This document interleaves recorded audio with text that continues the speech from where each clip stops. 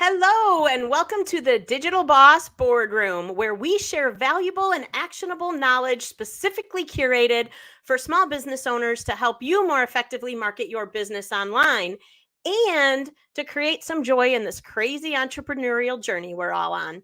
I'm your host, Bobbi Baehne, and this episode is brought to you by the digital marketing experts at Think Big, Go Local. Listen, we would love to connect with all of you, so stay tuned till the end of the show where I will make sure to give you any information on the best ways to get in touch.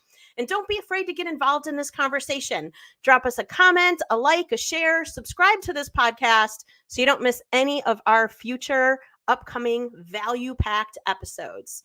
All right, so let's get to it.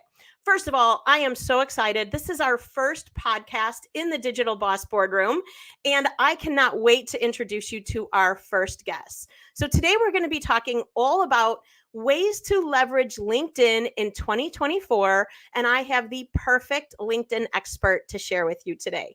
So I'm going to introduce you to Jessica Kane. Let me give you a little bit of background. So Jessica graduated from Illinois State University and studied Spanish. She lived in Spain for 6 months, and when she graduated, she was a Spanish teacher at a couple pretty big districts here in Illinois. She then, life took place, got married, had some kids, decided to stay home for a minute, at which point she came to work for Think Big, Go Local. And after about a year or so, she applied for a position in the social media department at a pretty major software company called ConnectWise. Just recently, in the past couple of weeks, she has been promoted. She is now the social media manager for that organization. So with that, let me introduce you to Jessica Kane. Hi, thanks so much for having me. I'm really excited for this conversation. I'm really excited too. So Jessica, did I miss anything in your bio that you would like to mention? I think you pretty much covered it. I'm really just excited that you taught me so much of what I know about the social media landscape when I was working at Think Big, Go Local. So I'm excited that I can share something with you and teach you a thing or two. I'm excited too. So I'm just going to throw this out there right now. If any of you know me, you may know this already, but if you don't, you may see a little resemblance between the two of us. Jessica is actually my daughter, and I could not be more proud of what she's doing over at ConnectWise. So real quick, tell us a little bit about ConnectWise and your position there. Sure. So ConnectWise is an industry leader in software, services, and community for MSPs. When I joined ConnectWise, there are so many acronyms that were thrown at me, and I was like, what on earth is an MSP? So for anyone that is not aware, an MSP is a managed service provider. They provide IT services for small businesses so that you don't have to have an internal team to manage your IT. It's a really incredible company. I've been here for about a year and a half, and I can't speak highly enough about the culture and the community that we build and the events that we host and the leadership. It's truly an incredible company, and I'm really happy where I'm at.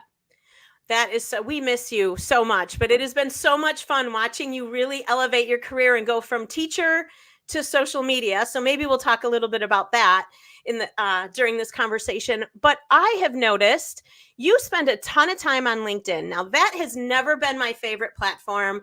When I got into social media, well, at the time you were in college, it was all about Facebook, and that was really what kind of got me hooked. And LinkedIn was boring to me. It was very much about putting up a resume. It was very dry, very businesslike. It has taken me every bit of a decade to watch the changes and kind of want to get more involved. So tell me a little bit about why that's your platform. And I know you've got some great tips to share with our audience today about how to leverage it, really what it's all about. So go ahead and give us some info. Yeah, so you're right. You nailed it. LinkedIn historically has been a little bit dry, very much a talent acquisition platform, a way to connect and look for jobs and hire new talent. But it's now become so much more of a truly professional social platform where engagement is key. So much like all of the other social platforms, you want to make sure that you're on there, you're consistent, you're sharing things of value. But again, the focus is still professionalism and ensuring that you're making the right connections to build your business. I think that for our industry, it's really impactful because we work with small business owners. Most of our MSPs are small to medium-sized businesses, and then their clients are also small to medium-sized businesses. So from a B2B perspective, marketing our brand is really effective on LinkedIn. But whether you have a B2B company or a B2C company, it's still really important to get out there. And I think one piece that's commonly underestimated is the importance of building your personal brand on LinkedIn. And it's, again, from a professional side, how are you ensuring that your clients and industry leaders or people who you admire or respect really see you and are there and see you as a trusted source of information or a thought leader in your industry. So we could probably start there, just the importance of building a personal brand before we even get to the business piece. I love that because one of the things while LinkedIn's not my favorite, I do a lot of teaching about LinkedIn. I teach at a college and I teach for a small business development center. And one of the things that I'm always sharing with people, and by all means, you guys do this for yourself, I always make my students Google themselves. It's a required assignment once a semester that they have to Google themselves and see what they find, because some of them find things they need to fix. But one thing we all find is if you have a LinkedIn profile, it's probably the very first thing that's going to show up for your name. The platform has a ton of influence. Your name is embedded into your keywords in your profile. So before people even meet you or decide they want to work with you, they're probably doing their homework because it's right at our fingertips. We're sitting there all day, right? So if your LinkedIn shows up for your name and someone goes there and it's really not optimized or reflecting how you want to be seen, that could really be a problem. So share with us a little bit about some of the tips and value you see in building that personal brand on LinkedIn. Yeah, well, going back to Googling yourself and your LinkedIn profile coming up, if someone searches you specifically by name, they should be able to find your LinkedIn profile because that's automatically attached. But the other place that you want that to appear is if someone's searching for your skill set or your business. So if you haven't optimized your LinkedIn profile to include the keywords that are relevant in your business or your skill set, they're not going to find you unless they directly search for you. So I think it's important to start by optimizing your profile and making sure, sort of like an SEO component, including all those keywords that people, if you ask yourself, like, if someone is looking for what I do, what would they type into Google? That's what you should put into your LinkedIn profile. Excellent. And then, yeah, go ahead. I was going to say, do you have any recommendations? So there's two places that you could really insert those keywords: your title, right? That heading under your name, and then in your summary description about what you do. Do you have any tips for where that should go? Yeah, probably in the About Me section, but that headline section is really important. So while you could include your job title there, you also want to have something that's catchy and really includes your passion. Not necessarily, you don't, it's while putting Jessica, social media manager, that's effective. It gets across the point of what I do, but is that eye-catching? Does it make people think that I'm someone they want to work with? Is that making them see that I'm creative or that I'm passionate about improving business growth or about increasing efficiency or visibility? That doesn't. So you want to make something that's catchy and that's fun and memorable too in that headline. So the About Me section is where you should really include those details and all the keywords and all of your skills. Excellent. And when it comes to that personal branding piece, let's just talk about this because it drives me crazy. And I've told stories many times in these live streams about your little sister, Coral, and getting her on LinkedIn and optimizing it and the massive change it made for her as a personal brand and really the job offers that came after that. It was so powerful. I'll tell that story again some other time. Maybe I'll bring her on one time too to tell it. But the photo, like, let's just start there. I still see people that don't put a photo in, or they're wearing their seatbelt, or they've cut somebody off. Like, talk about that just for a second, because it drives me crazy. Yeah, so I think there's a couple of ways to go about whatever you choose as your profile picture. I'd recommend investing in a professional headshot. I know they can be costly, but promise you they're well worth it. If you don't choose a professional headshot, that's okay, but it should be something that defines you. So I'm thinking of a leader in our industry. He won our Pitch It program last year, which is an accelerator program for small businesses that ConnectWise hosts every year. And his profile picture is of himself in a pirate costume with a parrot on his shoulder. So it's not a selfie. He doesn't have a seatbelt. It's not something that was like that it looks like you took 5 minutes ago and put up there, but it defines him. So not only is it memorable, it actually ties in with his brand. his business priorities. So that's what you should keep in mind too. So no matter what you choose, whether it's professional or the professionalism of the photo you choose could be debated, such as a parrot on your shoulder, it should be something that really defines who you are. And I don't think, I think people underestimate also the value of being bold. It's okay to be bold and sort of step outside the box, push those boundaries. I'm sure this individual has probably been told that that's not a professional headshot and maybe that's not something he should include, but I promise you it makes people remember who he is. And then they want to dig in too and say, like, why are you dressed like a pirate? Why is there a parrot on your shoulder? Well, because that's part of their brand. And so it's fitting. So it's okay to do something like that too, and not just have, the boring professional headshots that everyone has. There's nothing wrong with that. But you can step outside the box a bit too. I love that because, well, I think I have badass in my headline because, Yeah. it's just what I As you need to be would. known for. It's just the way it needs to go. But I agree. Being bold often is being memorable, making yourself Yeah. stand out just a little bit. I think that's great. And another little ninja tip I always share with people on LinkedIn, just depending how much attention you want to get on that headline. I never create mine in LinkedIn. I create it somewhere else where I can use special characters like stars and things that just look a little Mhm. different, and then paste it in there just so maybe people see it and go, oh, that's different than the other single line headlines that I've seen before. So yeah, definitely stand out. That's always a Yeah. good And tip. there's a character limit too to that headline. So one way to get around that and really emphasize your brand, whether it's your business brand or your personal brand, is to create a customized banner in the background. So there's your profile picture that overlays the banner. So you can there's really a lot of ways to do that. You can include text on those. So if you wanted to include more details about yourself on that visual, you can. You can make it very branded to your company branding. You can highlight some interests of your industry or even personal interests. But that's another way to really extend that reach of the headline that has a character count, and you can't include a ton of detail there. So I always recommend that too. There are simple and even free tools. Canva has a free version where you can get in and create, simple banners like that to really make an impact. Awesome. That's great. And you know what? We do that too. My banner on the back looks just like my website to, build some familiarity. When you get to our site, you're in the right place. And we do have some text on there to highlight some of our company's specific services, where in my headline, I don't necessarily talk about those things. I'm more building my personal brand and talking about my expertise. So those are great tips.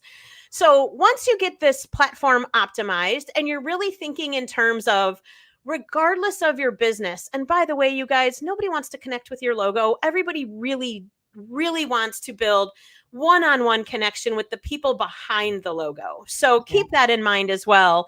You can build a company page, talk more about your business there. You can certainly talk about your business and your content, but really, this is a way to build true connection. So let's talk a little bit about some of your best practices. I know you've kind of come up with sort of a list of some ways to leverage the platform. I'd love to hear what you've got. Yeah, well, I think that a couple of things are important before you start. One is understanding your audience. So that's something that I hope all businesses have already identified before they embark on any type of marketing journey, is really understanding their clients or their partners' pain points, and what sort of information they're looking for. So you want to make sure that anything you're posting to any social platform is really tailoring to their needs. But one big mistake I see a lot of businesses make is just duplicating content across all platforms. So no matter what they're sharing, they'll share it to their Instagram, their Facebook, their LinkedIn, and their TikTok. So I think the first step is to understand that this platform should have its own strategy, and the content that is shared to LinkedIn should be different from what you're sharing across other platforms. There are always exceptions to that. There's always things that you can share on more than one platform, but you really should focus on the professional piece when you're marketing yourself or your business on LinkedIn. That's great advice. So I know you and I have talked about this in the past, but could you kind of talk a little bit about, if you're a B2B or a B2C, you're a B2C company, but LinkedIn is a very B2B platform. What are some ways that someone with a B2C company should modify their strategy in who they're talking to in the LinkedIn platform? Yeah, I think that goes back to the personal brand piece. So one thing I've learned throughout the couple of years at ConnectWise is that people don't want to hear from the brand as much as they want to hear from the people that are working within that brand. So really build your own personal brand, but also get your colleagues involved. So make sure that you're all highlighting your company's initiatives through the individuals that work there. That's the most impactful piece. So whether you're B2B or B2C, that's going to be your go-to. So one thing that's really worked for me, we've started a social steering committee, which is helping to guide our social content. Also, we have an employee advocacy program to really get all of our colleagues involved so that they're the ones speaking to our partners, as opposed to just ConnectWise self-promoting or educating our community. We want to make sure that everyone is a participant in this. We also have a new executive social program where our executive leadership team is going to be getting involved and sharing out content and engaging, which is another really important piece. I think that you have to always remember that you can't just share a post and then walk away.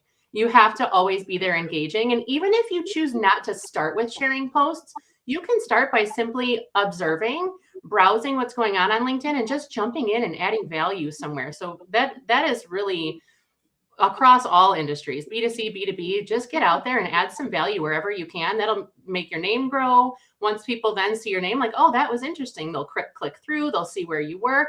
And that's right now driving organic traffic right to your LinkedIn page and then to your website. And the more you do that, I mean, I can't stress this enough.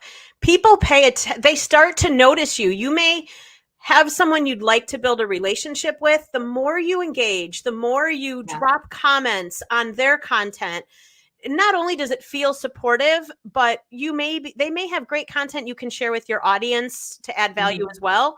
But trust me, it gets noticed, and people build their networks that way. People build connections that way. And, yeah, absolutely. You've got to jump in there. It's never just about the scheduling the post and then going about your day.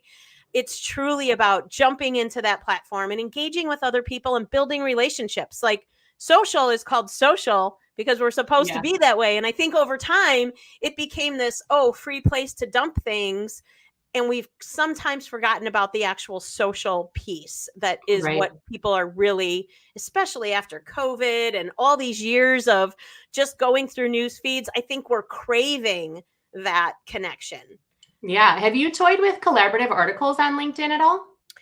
No, although I love the articles feature. It's one thing I really encourage people to do is not just post graphics, but to actually become a thought leader and post an article. But tell me about collaborative articles. Yeah, so there's this semi-new feature in LinkedIn. They're collaborative articles. And back to the profile optimization piece, if your profile is optimized to include your skills and your knowledge set, it will recommend to you when you log into LinkedIn, like, oh, here's this article. We think you could add value. So essentially, I think what LinkedIn does on their side, AI generates a bunch of topics, and then people are invited to contribute their thoughts to that article. So just yesterday, it was something about product marketing, like what does a great product marketer do to ensure the success of a campaign?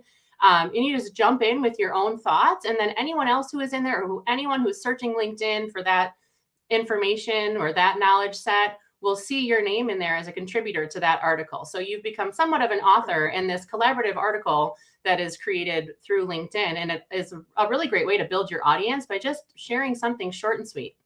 I love this. I just learned something new. I've never seen that. Never seen it pop up. I don't log in enough, I have to admit, but I'm going to definitely watch for that. So does the article look like? A series of small paragraphs by people, or is it an article and then you're leaving things in the comment? Like, what does that look like? Yeah, so it looks like essentially a question or a little blurb, and then everyone responds to it underneath that. So it's essentially just what it's called, a collaborative article. So it's just combining everyone's thoughts. So when you go and search for product marketing tips, these articles will pop up, and all of these people with the experience and the knowledge have already contributed to that. And so without having to read a lengthy blog, you can just filter through some comments and get the information you need quickly.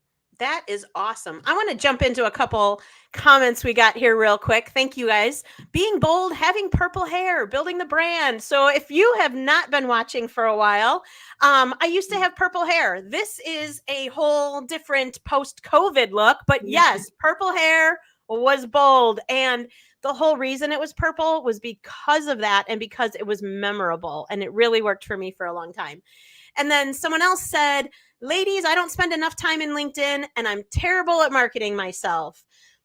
Nobody's going to do it for you, darling. I get it. And it is definitely can be an uncomfortable place to step into. I totally understand that. I can also promise you, you're not going to regret it. You will find your people that connect to your personality, every little quirk, every little thing. That's the beauty of showing up and marketing yourself and building your personal brand, is you're truly attracting people that you're going to enjoy working with because they enjoy that connection. So I have learned over time that sometimes people didn't love my purple hair or my swear words, whatever it was. That's okay. Everyone doesn't have to be my people, right? So just show up and do it. I would encourage and you. I think another piece to that too, when people think of marketing themselves, they think they have to share only, like it's like self promotional, like they're just highlighting all of their growths and their strengths, but that's not really what it is. You can promote yourself by showcasing your weaknesses and asking for help or asking for insight. You don't have to just spend all of your time saying like, I'm so great and this is why, and I won this award and I did that. Like sharing personal stories and tying them back to your own personal growth, or even starting back at the beginning and saying, I came from here and here I am. I'm proud of it. And I was just thinking, like, how did you get where you are? Anything that just really encourages engagement. You don't have to be explicitly self-promotional to build your personal brand. There are so many different ways you can do that. It makes me think of a post I read on your LinkedIn kind of recently, sharing your experience and how you were feeling about where you're going in your company. And to that point, it was very well received, and there was a ton of engagement and really great support from your coworkers. And I think that was awesome and a great way to just put out what you're feeling and experiencing in the moment. And let's see, Kent Jones popped on and said he gets notifications to collaborate on other articles. If you don't know Kent Jones, he is our new producer here from 216 The Net, and such a thought leader, so much to contribute. And he says, love the new show and welcome back. Thanks, Kent. We're really excited to be here. So Jessica, we talked a bit about that personal brand. What kind of tips do you have for people for getting their content out there, some best practices? And I have a specific question I don't want to forget to ask you, because you mentioned this to me, something about PDFs, carousel posts, something. So I want you to bring that one up. All right, that's important. Well, we'll start with what I think are like the 3 keys to ensuring that you're making an impact when you're building, and it's your personal brand or your business brand. It's key to both. So really, consistency, authenticity, and education are the value that you can add to your community. So if you're really tailoring everything around those 3 pieces, it will be well received. So like you said, not everyone loved your purple hair. Not everyone loves the way you talk, but that's how you sort of find your community. That's how you find your people. So you should be authentic, because you're not going to find people that want to work with you when they discover that it's not actually you, or the personality you share online is not your true personality. So it's really key to, you don't have to tailor your tone to what you think people want to hear, or what you think is the most professional. Speak how you speak, write how you speak, be yourself. And that in itself is powerful. So starting there, that's a value. I also, best practice for sharing to LinkedIn is 2 to 4 times a week. And that sounds like a lot. I know it sounds like a hefty task for people who are just getting started. So I do encourage you, if you want to start slow, do that. Maybe consistently post once a week. Know that you're going to post every Monday. That way people come to expect something from you. They know that you're on here. And even though it's not 4 times a week, at least you're getting yourself out there. And the other piece too, tying back to, you don't have to only market yourself to build a personal brand. You really need to vary the content that you're sharing. So we already talked about being bold, pushing those boundaries. So don't, while it's a great tool to browse LinkedIn or any social platform just to see what other people are doing and what's working for everyone else, you don't want to do what everyone else is doing, because then you become everyone else and it's not unique and it's not memorable. And they may have to question like, oh, was that so-and-so or this other person? And they don't know because it was similar to something else they saw. So you want to make sure that you're standing out. You can share unpopular opinions. You can even share a poll that has options that are unpopular opinions to allow people to anonymously share those opinions. Polls are a super effective way to reach a bigger audience. So if your goal is brand awareness or personal brand awareness, that'll reach a large audience and get more people involved in what you're doing. Excellent. And tell us about this whole PDF thing, because I put up a post personally a couple weeks ago, and I got a call from Jessica. Hey, mom, you need to do it this way instead. And I was like, what is that way? So I want to hear how that's working for you and what actually it is. Yeah. So if you're looking to share sort of a series of photos or snippets of information, the best way to do this is through carousel posts. So instead of uploading individual graphics, you'll download a series of graphics. So you can make a stack in whatever creative tool you use and download it as a PDF. And then when you upload the PDF to LinkedIn, it's super easy to do. You just type in that little bar, start a post. There's 3 little dots for more, and then you add a document. When you upload that document, it will share each graphic so that you can scroll through them. And as we all know, the algorithms prioritize any sort of engagement. So the more people click, that registers as engagement. So if they're clicking through those images, then it's building the impressions, it's sharing it out more frequently, which then encourages more reactions, more comments. So that's really, other than live streams and video content, carousel posts are our best performing piece of content.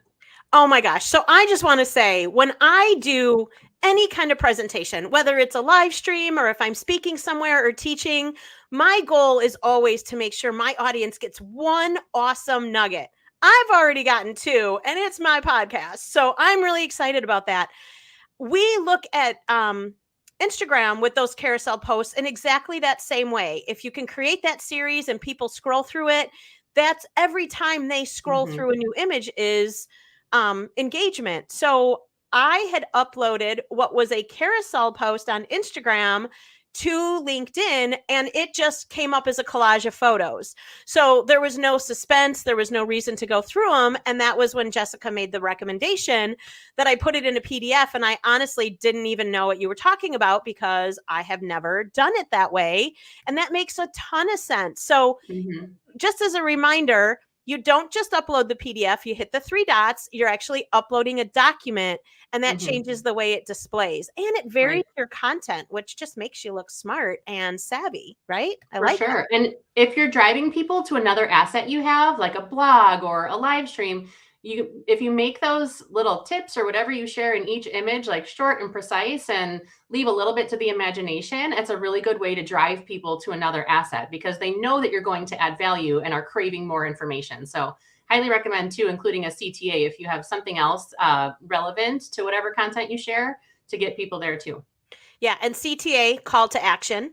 For any of you that don't know what that is, every social media post, for the most part, that you put up should have a purpose. Like, why are you sharing this? I mean, even if you're sharing something that positions you as a thought leader, ask other people for their opinion. Ask them maybe just to leave a comment, or if, depending what it is, driving traffic somewhere else so they get more information. But there should always be a call to action, so people know what to do when they're done looking at your piece of content, right? Yeah, that's right. And while that is best practice to include a CTA in everything, there are some scenarios where you just want to make sure you're getting your thoughts out there and don't want anything from anybody in return. Like you're not requesting engagement. You're not requesting they go somewhere. As an example, like personal stories, a lot of people think that should be off LinkedIn and that should be a Facebook thing. You should be sharing your personal life elsewhere.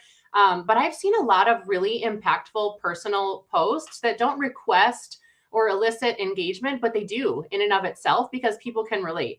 As an example, another industry leader in our community posted something, and it's clear how memorable it is because I could probably recite it word for word right now, but it was essentially about his daughter. She's a swimmer, and she has these 3 golden rules that she follows as a member of her swim team.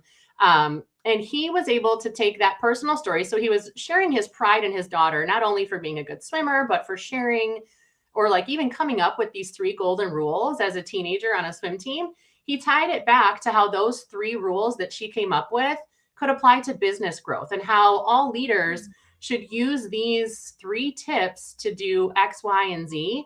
It was memorable. It was personable. It was valuable. It was something that taught me, really read between the lines, sort of shift your mindset to just looking at things surface level and dig into how any of the little things that you learn throughout life can apply to how you grow your business.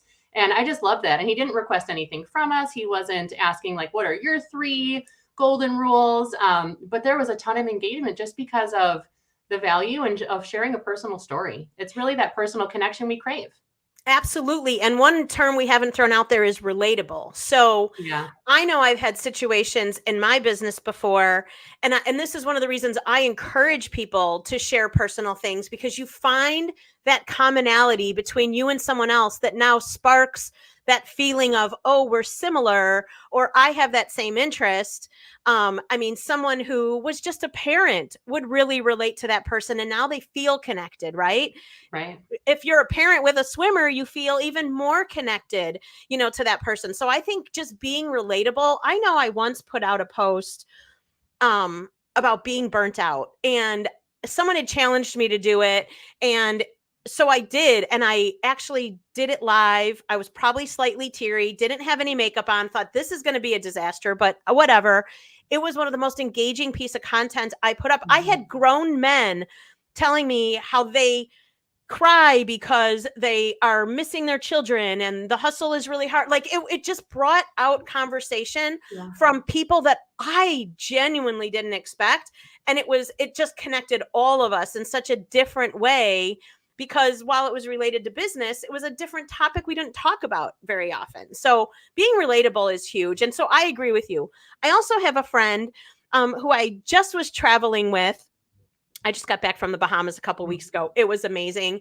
And he puts up really value. He's a recruiter. He's recruiting actuaries. And so when he's putting content on LinkedIn, it's generally very related to who he's looking for, in what type of setting, in what commute, what location. That's generally his content. But every day he fills it in with just a feel good quote. And all he writes is a little something extra, and he put something up, and I find myself engaging with him all the time because they're just nice, positive sentiments that he's sharing. He's not asking for anything. So you're right, that does work sometimes too. Absolutely does work sometimes. Yeah, and there's a lot of value too in making people laugh. Like I know there's everyday stressors that we all deal with. And sometimes you feel so alone in those moments where you're just like totally wiped out, the stress is overwhelming. But finding a way to make light of that, there's, I mean, countless memes online and GIFs and or GIFs. I know that that word is debatable on how it's pronounced. Or even short form videos. You can find YouTube shorts, like something that just encapsulates your mentality and will make other people laugh and just remind them that they're not alone in these stressors of the world or the industry. I think that's really valuable too, and something people don't think is made for LinkedIn. And it's also another thing that you don't have to self create. You don't have to create your own short form video to highlight. You don't have to be funny yourself, but you have to just look for those resources and share something that will just share your mindset with others. I love that. Well, these half hours go by really, really Yeah. fast, and I try to keep it there. So were there any other tips or tools or things that you wanted to share with everybody today? No, I think the final piece is just make sure that you're keeping track and measuring your success. So whether you're measuring your follower count, or impressions or your engagement rate, they're all really important pieces of information because then you can change up the content if what you're sharing isn't working.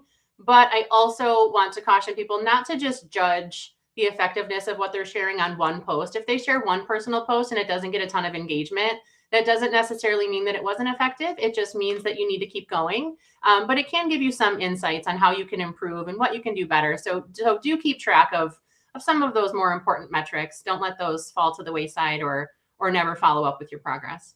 Absolutely. And when people comment and engage with you, jump back in those posts and Yeah. comment back. Like, you keep the conversation going and let them know that you appreciate their feedback, and make that a conversation. So definitely everybody should be doing that. Well, this Yeah. was awesome, Jessica. I really appreciate you coming on. It's super special that you are my first guest. Also, so proud of where you've gone and the fact that you've kind of taken what was my passion for social media and turned it in now to your passion and an amazing career that you're building. Well, thank you so much for having me and for all of everything you've taught me professionally and personally. You're such an inspiration all the time, and I'm glad that I got to be your first podcast co-host. I'm really happy to be here. Awesome. So I know that everybody's going to want to connect with Jessica and just watch what she's doing, because she's doing such a great job and getting so much engagement. So we will make sure that if her The link to her LinkedIn profile isn't already in the description. I will make sure to drop it in the comments. So as soon as this live is done, we'll go make sure you do that so you can connect with Jessica. And my LinkedIn is also in the description, so you can connect with me there too. I have committed to more people than myself this year that I'm going to be spending more time on LinkedIn because one, it's changed a lot since it bored the heck out of me. Like it's really changed a lot. I feel like COVID kind of pushed them into creating some really valuable tools. So things like events and live streaming and newsletters, like there are fantastic tools in LinkedIn for you to build a personal or a business brand. So if you're not using any of those features, you've got to check those out for sure. They're all awesome. So that being said, any last minute thoughts, Jess? Anything else before? No, happy to answer any questions that anyone has. So reach out if you have anything you'd like to chat through. Excellent. Well, thank you so much to everybody for joining us today. If you've got any feedback on this episode, or if there's things that you would like me to talk about in a future podcast, drop me a comment or connect with me and let me know. You can find me at Think Big Go Local in any of your favorite social channels. You can also connect with me directly on LinkedIn as well, because I'm going to be there. I'm promising I'm going to spend more time there. Also, we're always looking for guests that either have an expertise in any aspect of digital marketing, marketing their business, or if you're just a small business owner and you've got experiences of things that have really helped you level up or challenges you've got past, I would love to have you on the show. So if you're interested, let us know. I will be back here next week at noon on Fridays, and I hope you'll join us. Until then, I hope all of you bosses have a kick-ass weekend and a badass, productive, and profitable week ahead. Thank you so much for joining me, and thank you again to 216 The Net for helping us get this podcast produced, and to our sponsors, Think Big Go Local. Thank you so much, and we will see you soon.